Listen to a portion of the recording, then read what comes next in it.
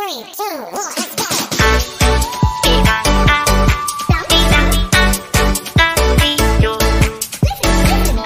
Assalamualaikum warahmatullahi wabarakatuh. Perkenalkan, nama saya Novita Hardiana. Saya merupakan mahasiswi semester 3 unit 1 pada program studi pendidikan guru Madrasah Ibtidaiyah YIN Langsang.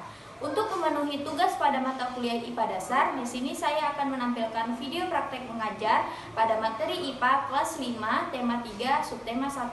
Berikut adalah paparannya.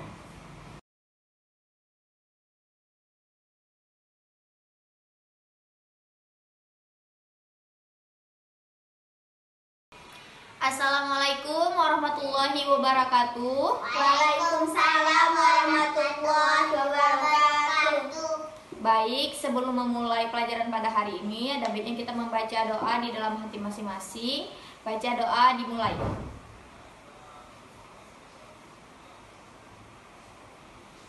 Oke, doa selesai. Untuk hari ini apakah hadir semuanya? Hadir semua, Bu. Baik, Ibu absen terlebih dahulu ya.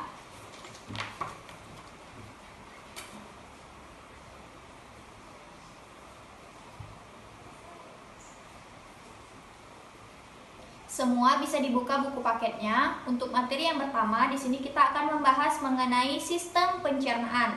Sistem pencernaan itu terjadi pada manusia dan juga hewan. Kemudian sistem pencernaan itu berfungsi untuk memperhalus makanan yang masuk ke tubuh kita sehingga nantinya menghasilkan nutrisi yang dapat diserap oleh tubuh. Kemudian dengan adanya nutrisi tersebut, maka manusia dan juga hewan dapat tumbuh dan berkembang dengan baik. Jika makanan yang kita makan itu adalah makanan-makanan yang sehat, makanan-makanan yang bagus, nantinya tubuh kita juga akan menjadi sehat dan berkembang dengan bagus. Kemudian, salah satu penyempurna makanan sehat itu adalah susu. Pada umumnya, susu itu dihasilkan oleh sapi. Bagaimana sih sapi melalui sistem pencernaannya? Dan apa saja sih makanan yang ia makan?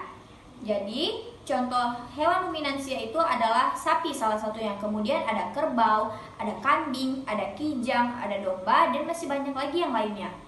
Apa sih hewan ruminansia itu? Hewan ruminansia adalah kelompok hewan mamalia yang memakan sebanyak 2 kali dan dikenal dengan hewan memamah biak.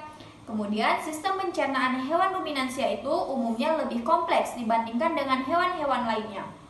Kemudian pada hewan ruminansia itu terdapat 4 bagian lambung dengan fungsi yang lebih spesifik. Selain itu, sistem pencernaan pada hewan ruminansia dibantu oleh anaerob dan protozoa. Kemudian, bagaimana sih mekanisme pencernaan yang dilalui oleh hewan ruminansia tersebut? Berikut adalah penjelasannya. Hewan ruminansia yang Ibu pakai pada pembelajaran kali ini yaitu ada sapi. Yang pertama, makanan atau yang biasa dimakan sama sapi itu adalah rumput. Yang pertama masuk melalui mulut sapi. Di dalam mulut sapi itu terdapat yang namanya gigi. Gigi sapi itu ada yang namanya gigi seri dan ada juga yang namanya gigi geraham. Gigi seri itu berfungsi untuk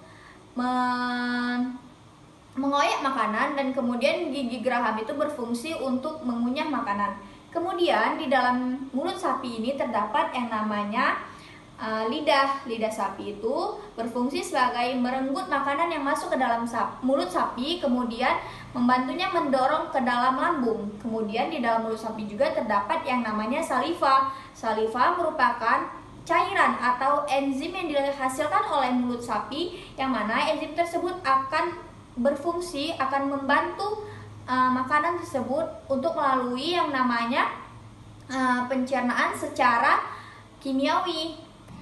Setelah melalui proses-proses yang ada di dalam mulut sapi, kemudian makanan-makanan tersebut masuk ke dalam rumen. Rumen itu yang berwarna pink seperti ini. Kemudian di dalam rumen ini terjadinya pencernaan dengan bantuan mikroba atau bakteri. Di sini makanan dicerna hingga menjadi bubur dengan gerakan mengaduk yang dilakukan oleh dinding-dinding rumen. Pada saat sapi beristirahat, makanan-makanan tersebut masuk kembali ke dalam mulut sapi untuk dikunyah yang kedua kalinya. Setelah dikunyah sebanyak 2 kali, makanan-makanan tersebut masuk ke dalam retikulum. Di dalam retikulum, makanan kembali mengalami proses fermentasi dengan bantuan bakteri anaerob dan protozoa. Di dalam bagian perut ini terjadi proses absorpsi dan penyaringan benda-benda asing yang masuk bersama makanan sehingga tidak masuk ke omasum. Kemudian makanan-makanan tersebut masuk ke dalam omasum. Omasum ini adalah tempat makanan dicerna dengan bantuan enzim pencernaan. Selanjutnya makanan-makanan tersebut masuk ke dalam abomasum. Di dalam abomasum, perut bagian inilah yang sebenarnya disebut dengan lambung. Di sini makanan dicerna dengan bantuan enzim pencernaan pepsim yang dihasilkan oleh abomasum tersebut.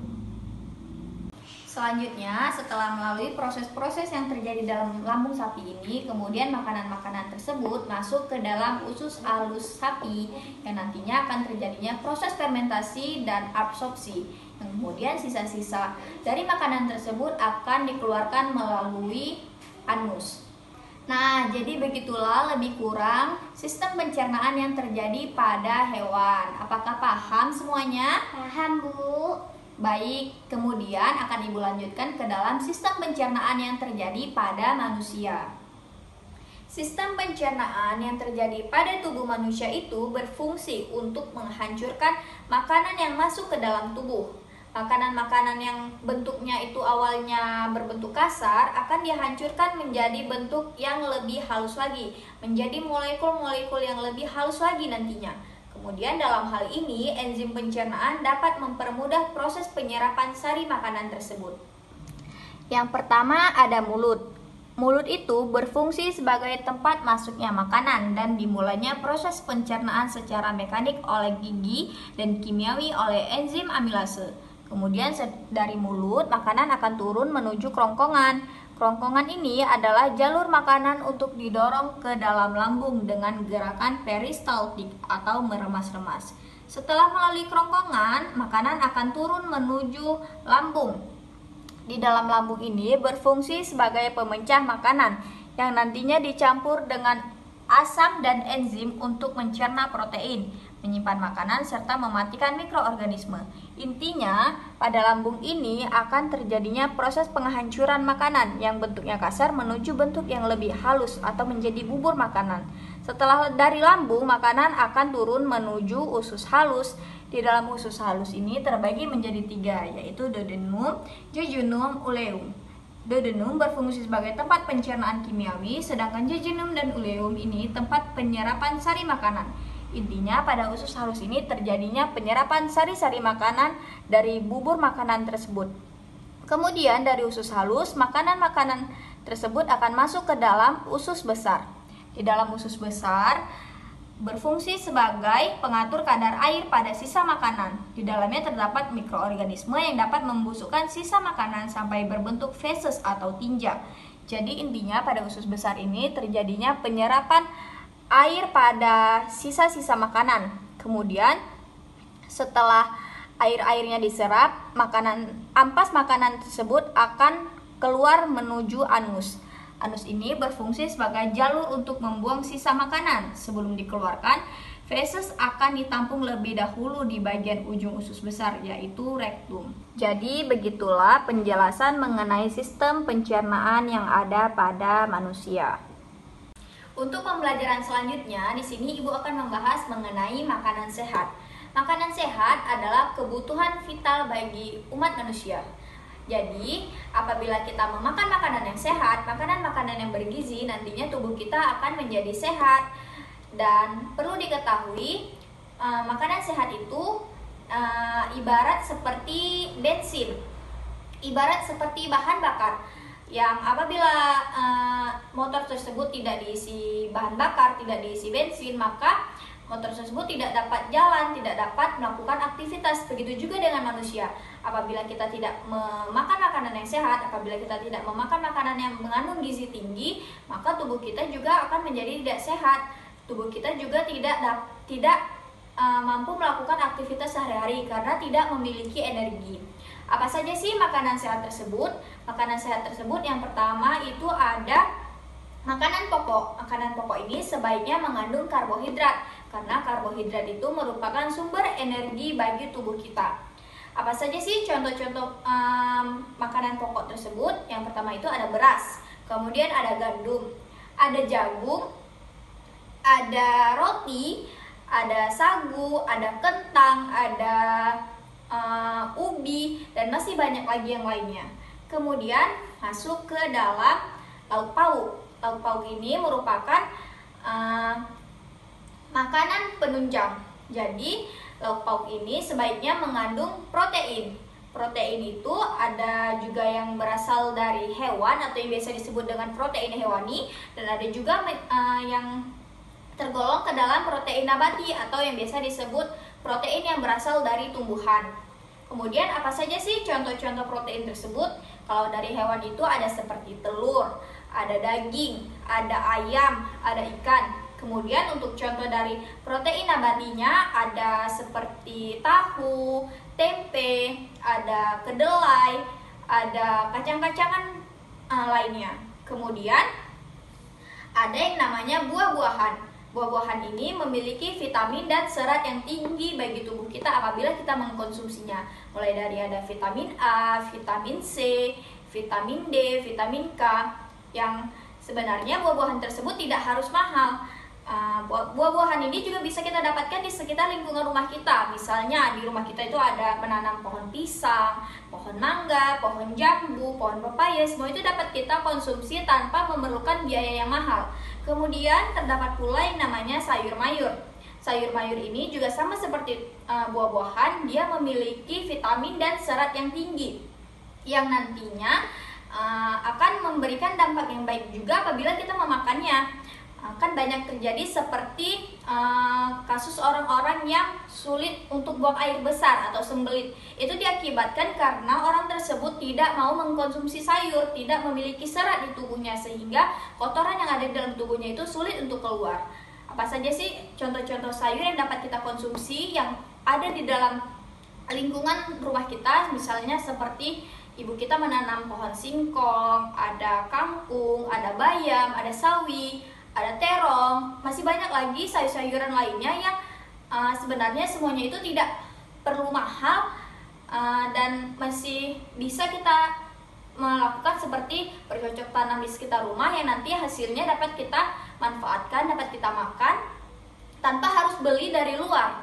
Kemudian untuk makanan pelengkapnya itu ada susu, 4 sehat, 5 sempurna. Jadi susu ini adalah makanan pelengkap. Jadi susu ini memiliki protein yang sangat tinggi untuk tubuh kita. Apabila kita mengonsumsinya, maka tubuh kita juga akan memiliki protein yang tinggi juga, yang nantinya akan memiliki manfaat banyak untuk tubuh kita.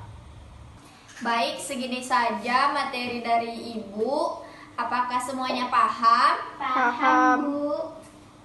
Baik, sebelum menutup pelajaran pada hari ini, Ibu akan memberikan latihan soal yang nantinya Ibu akan menampilkan sebuah gambar kosong. Bagi siapa yang mau menjawab, boleh angkat tangannya dan maju ke depan.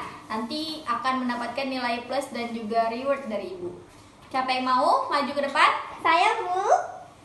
Siapa tadi yang mau maju? Alika ya? Iya, Bu. Maju, silakan.